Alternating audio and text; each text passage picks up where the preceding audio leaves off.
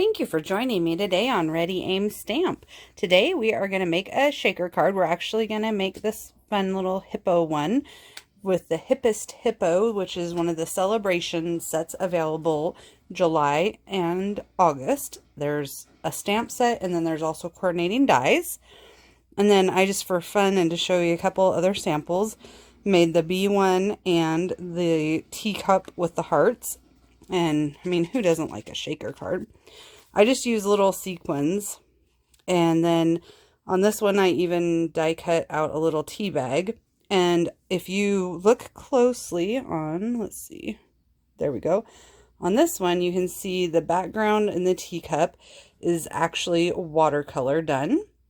And same with the background here on my honeycombs and the background on my hippo, because July is National Watercolor Month. So I thought it would be fun to play around with some watercolors, and it was. So I am going to try something just a slightly different from what I've done in the past. In the past, I have put up on the screen while editing a video what products were used on that card. So all three of these shaker cards have some products in common, and I'm just going to kind of put that list down, and I'm going to see if I can get my, whoops, that's a zoom out, zoom in on that for you. And then if you wanted to just like take a screenshot or write down real quick anything that you think you might want to use out of this, there we go. And now I'm just going to show you the different products that I used that were specific to the tea shaker card. And I did use some retired products, the Cinnamon Cider Classic ink pad, to use my watercoloring on both the tea bag and the background, because I just thought cinnamon cider made a really pretty tea color. And then I used the Be Mine stitched framelit dies to get this heart shape. And those are retired, but if you have them or something similar to those, that would be great. So, and then new this catalog is the Twigs and Sprigs embossing folder. And then of course the tea set is one of the new ones with the current annual catalog. So, this little tea bag part out here hangs a little bit. And then the other one is free moving in there. And I went ahead and made sure it was double backed with the watercolor tea bag look. So that one was pretty fun. So I got the idea of how to do these little hanging guys inside from a video by Jennifer McGuire Inc. I need to give credit where credit is due. And I followed more of the example on, excuse me, the hippo and the bees. Get my little sequins where they should be.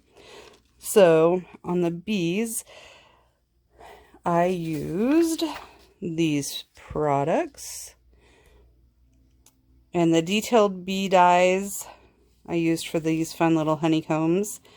The Build It framelit dies I used for the little shape here.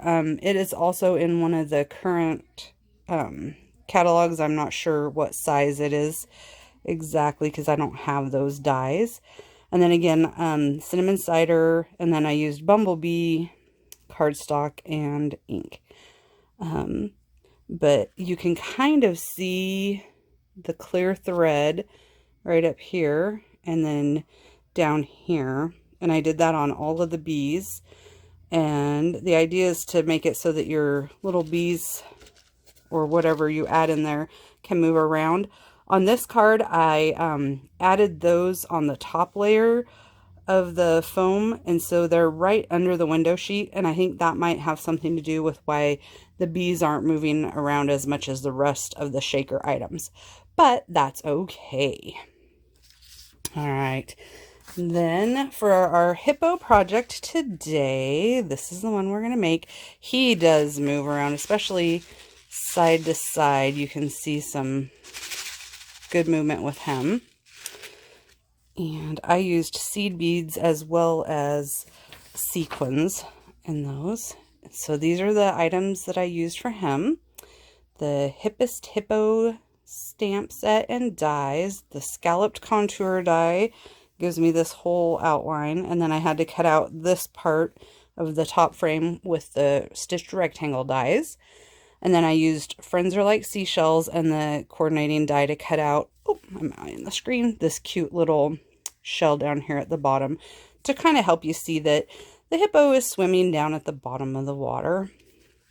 And then, of course, we've got some Pool Party cardstock, and I used Pool Party ink as well as the Pacific Point and Tahitian Tide for our watercolor background. All right, well, let me clear this out and get everything in here, and we will get ready to aim and stamp. So the first thing we want to do is get our watercolor paper ready. And as you can see, I've already die cut it with that scalloped die. And that is, I think it's the second to largest die in the set. And I'm going to use some painter's tape. You could use washi tape, just something to hold this down, because if you have done any watercolor stuff recently, you'll notice that it likes to really bubble up and doesn't want to stay flat when you're working with it. Just kind of the nature of that wet paper. And I'm just using, it's one of those little cardboard sheets that comes in the bottom of my paper pumpkins. They're great for everything. You can use a clipboard, you could use one of your larger acrylic blocks, or even the piece out of your Stamparatus if you wanted to. Just something to kind of keep this smooth and flat. I wanted to do it on the cardboard just in case I get impatient. I get impatient a lot. And decide I want to use my heat tool to kind of move along and speed up the process of my paper drying. Okay, so I have the water painters, and there's the one with the really flat tip, and this is the one I've been using the most. Looks like I need to clean it off. I'll do that real quick. But it has a little bit of a wider tip. And then there's one with more of a detailed tip. I also have my Stampin' Spritzer with a little bit of water in it, just in case I want it to help move the water around. I'm already making a mess with my water on my underneath page. And sometimes I like to kind of spritz my area just to get it started, because it's going to hold on to that ink a little bit better. All right, so I'm going to use the Pool Party first, just because I tend to go lightest to darkest. You could use your re-inkers, and you can also squeeze the color from your ink onto your pad and then use that as your watercolor surface. I'm just going to grab some ink with one of my blocks. This is the C block, and I just like the size of it. And I'm going to grab that water painter that I cleaned up, and you can start a little bit of water dripping down. You kind of see a drip, forming, and I dripped on there. I was trying to get it in the camera view and not being very successful. So then I'm just gonna do some drops here and there after picking up some of that ink. There's so many different fun effects you can get with watercolor. And I just want to get some different color variations on this. See, we didn't get any water spritzed right there, so it's a little more saturated.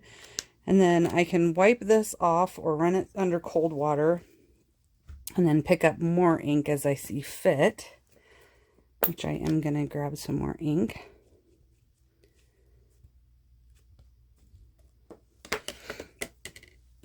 And I can also touch my brush in here because it's so wet. I can see the water just puddling on there. And the water will kind of just move the ink color around as it sees fit. I'm just going to add some more little drops.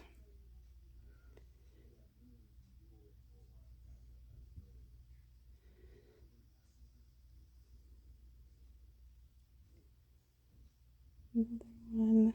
And then I'll show you kind of what happens when you bring your heat gun in.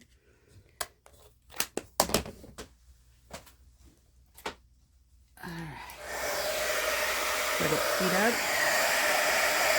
It's going to push that ink around as it dries it. Of course, if you're up higher, it's not going to as much as when you're closer to it.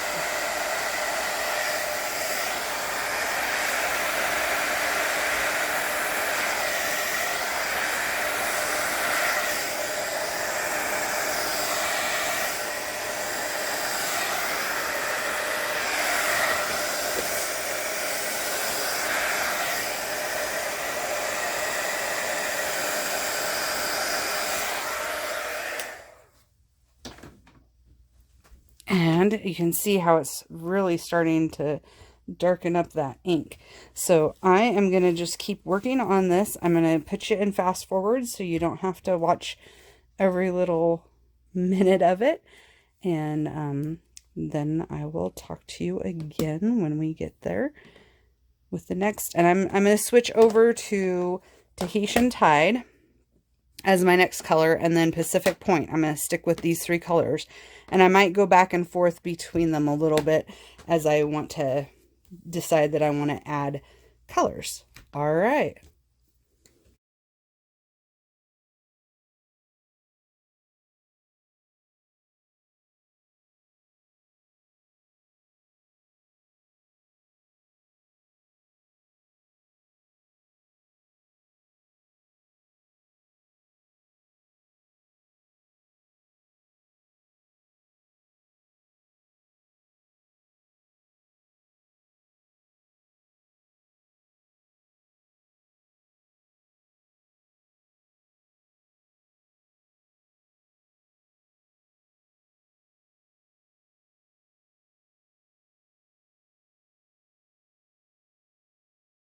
Okay, so even though I used the heat tool on this, it is not completely dry, and I want to give it some time to just air dry. So I'm going to go ahead and peel the painter's tape off, and you can see it's not doing many favors for my little piece of cardboard, but that's okay. And then I'm going to set this watercolor background aside and let it dry some more before we turn it into the bottom of our shaker.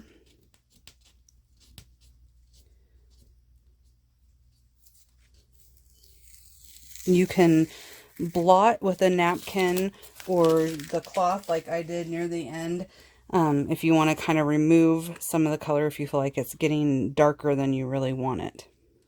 Okay, so I'm going to just put it up there.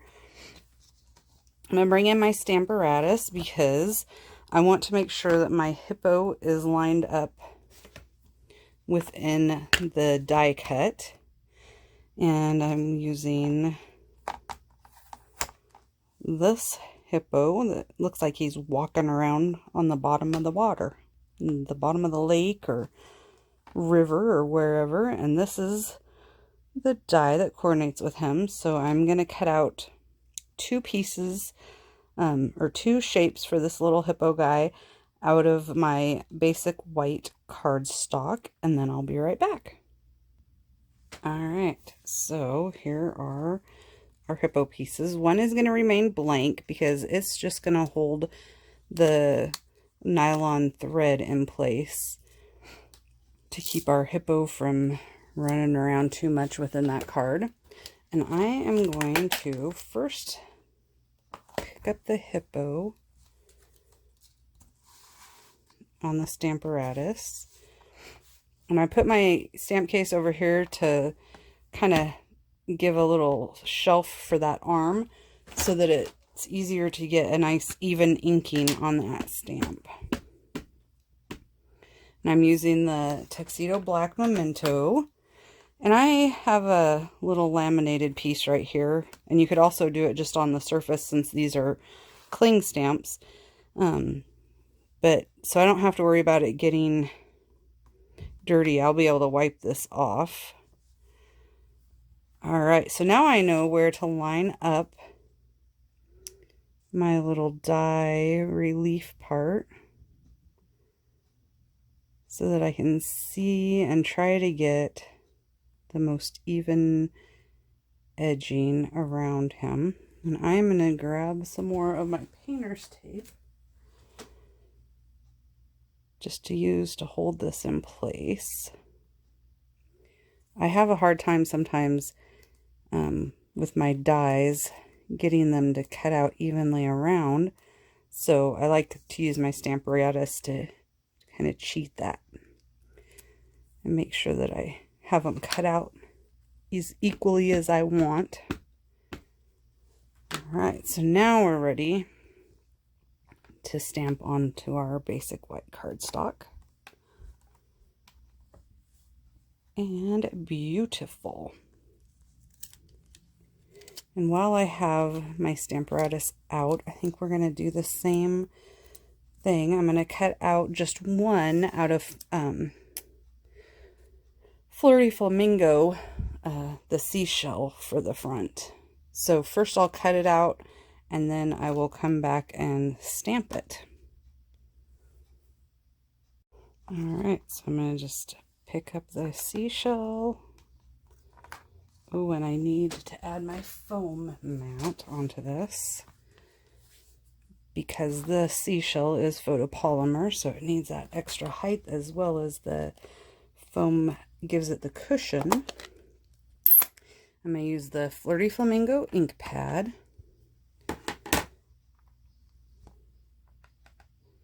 And again, I'm just going to find out where it is so that I can position this little guy. And if you're really confident in your stamping and you're lining things up, go ahead. I'm just not very confident in my ability to line it up.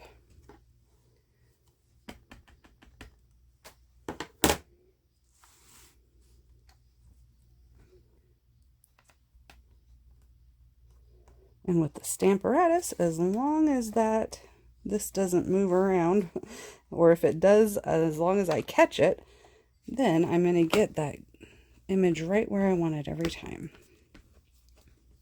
All right, we are going to be right back.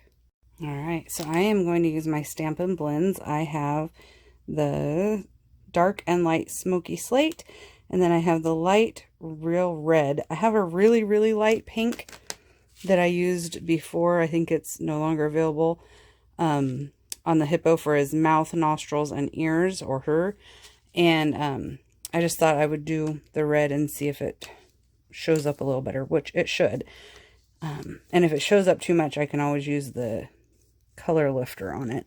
And then I also have my Wink of Stella, and I'm going to really quick add some shimmer to this shell with my Wink of Stella, because we like Wink of Stella. Let's see if I can get it to shine for you.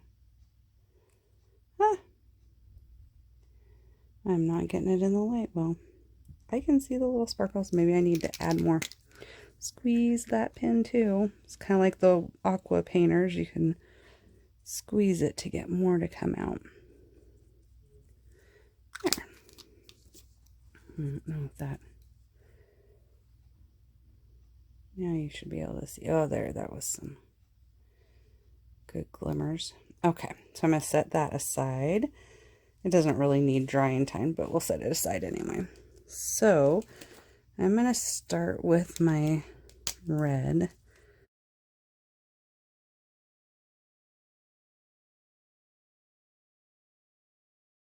All right, we have our little hippo all colored.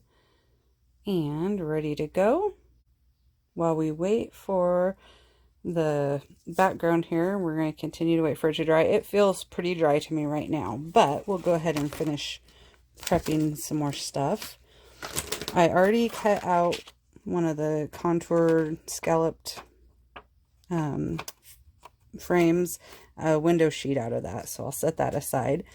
So to get my top frame out of my pool party, sometimes you can set dies within each other and use some painter's tape to hold them in place. But because my rectangle has stitching around the outside and the inside, it's not going to let me do that. So it'll have to go by itself through, and I'm going to just run it through here fairly well centered on this piece of paper, this pool party, and then I'll bring it back and show you my next step. Alright, so here we have the rectangle window, and this is a great piece to put aside and use on another card. Now I am just going to take the scallop frame and line it up as best as I can to center it around. And this time I'm going to use some older washi tape.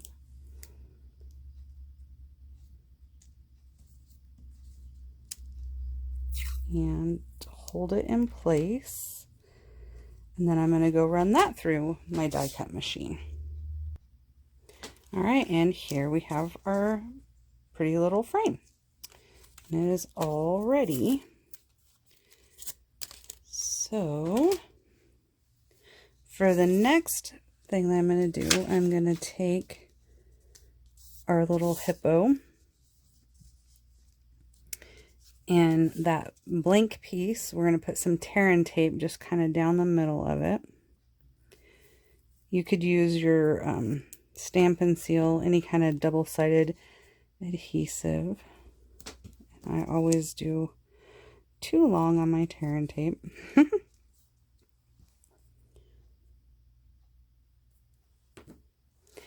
And I'm going to take a piece of my nylon thread, and it's clear, so it's going to be fun to see. And I want to make sure it's bigger than or longer than what I need. I'll just trim off the excess in a little while. And I'll open up the sticky side of this tape. And I'll just lay that down. It's going to be mean. Push it down. Then I am also going to go ahead and use some multi-purpose liquid glue and kind of seal the rest of this together. That'll make sure that our little shaker bits don't tear our hippo apart when we're shaking them around. Then we're just going to place our hippo on top. We can match them up and slide them around to where they match up. Now if you're going to do a spinner card, you have your little element, but we don't want it to spin around, and it shouldn't have enough room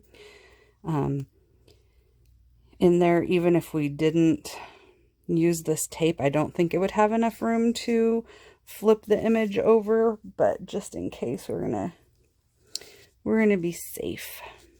So now I'm gonna go ahead and take this frame, and I'm gonna put some glue around the edges, multi-purpose glue, and I'm gonna stick it to the window sheet,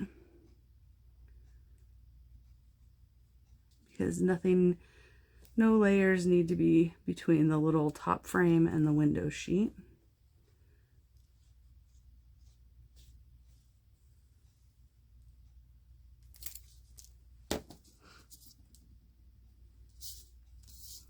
Make sure I don't get my thread in there.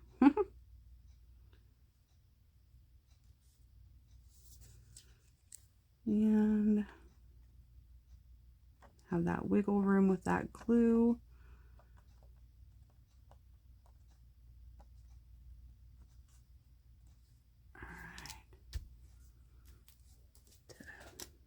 Seal it down, and then we'll let that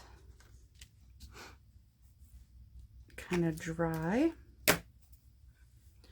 I'm going to take the foam adhesive strips. Now, I can't remember. On the other two, I used the foam sheets, and you could do this on this one. You just wouldn't necessarily have your center cutout might not line up exactly with your frame. That's the danger on that one. That's why I chose to use the foam adhesive strips. So I'm going to go ahead and put them on this, but first I'm going to lay my Hippo in here. Well, maybe first. Let's see. We'll hold that thread down. Well, maybe I will, maybe not. Okay, we'll just mess with it as we go. So, here we go. See about how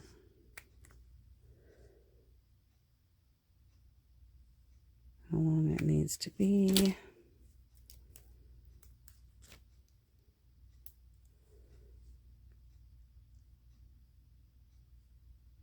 I'm just going to stick that right on there and press it down really well. And then we have it where, whoa, that got off. Let's see if I can save it. I want it to be, I'm flossing. There, I want it to be more centered. Okay, there. Oh, no. Okay. So, can be tight at the top and then have a little bit of give at the bottom. So this bottom piece of tape will be, we'll do it not next, we'll do it in a little bit.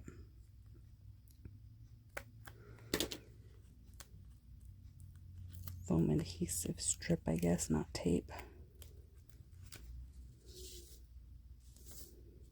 Keep that silly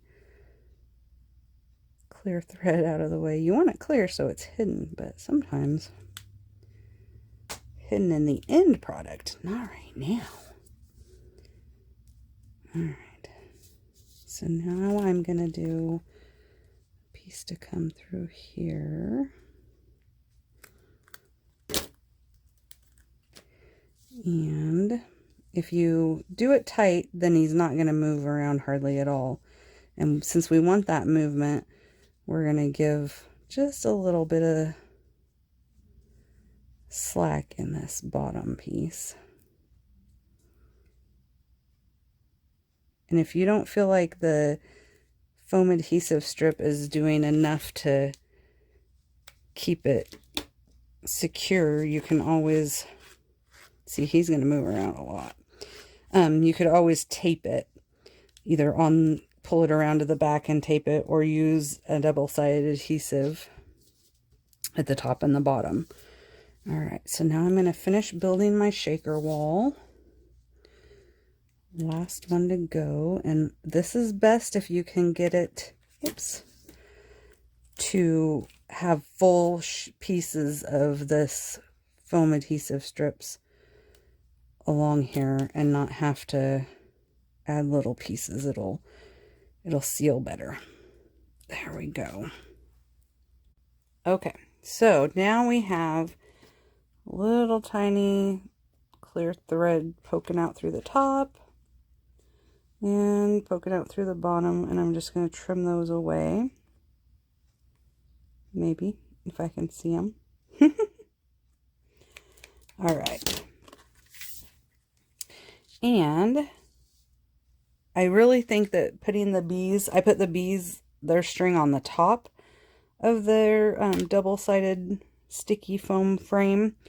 And I think that if I had put them in the bottom, it would have made them a lot, have a lot more movement. So I'm going to stick with that on this one. I have the Retired Wheel of a Time sequins that I am going to use.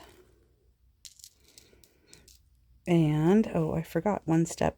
So sometimes, which my other shaker card had no problem with little pieces being left around, but I'm going to just glue a couple of little pieces in place so that when the shaker is standing up, not everything falls to the bottom, because, you know, in the perfect world and setup, everything would just fall to the bottom. But some of mine get stuck on the stickiness on the inside of the sticky tape, the foam. Whoops. Or stick to me. That, and then I think I'll do one of these darker ones over here. There.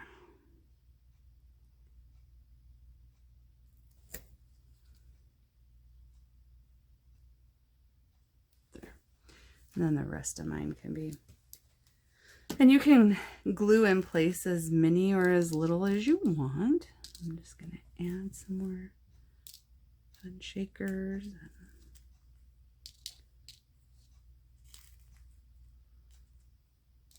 And just like gluing as many down as you want or as little, you can add as much or as little sequins and seed beads.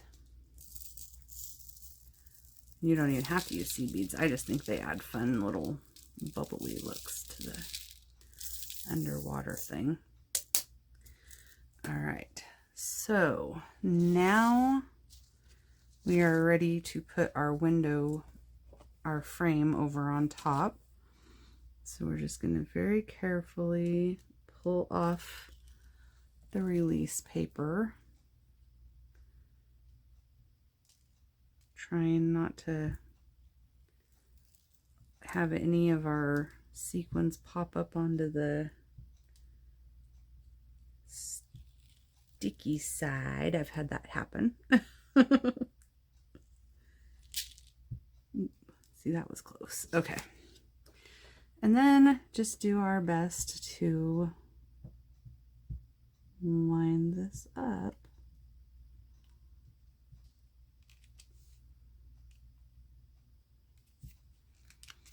And try to seal it really well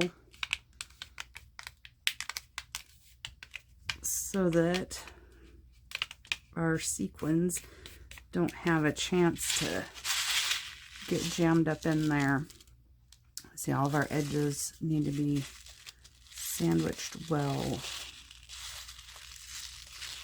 And we have a fun shaker element with lots of movement. All right, and as you can see, whoops, there are some that still got stuck up here, and part of that might be because my glue is still wet, and that's okay. I think it looks very pretty, and some of them got stuck on the edges. And all right, so then we are going to take our card base, and I'm using the Pool Party. And I scored it. It is a 5.5 by 8.5 piece of cardstock, and it is scored at 4 1/4. And I need to see if I can zoom out without making a big mess. I'm going to use the bone folder. Give me a nice crease. I had to change my blade after cutting this because I got some little fuzzy pieces, so now I'll have crisp cuts again with my paper trimmer. All right, and now we're going to use multi-purpose liquid glue on the back of our little shaker piece.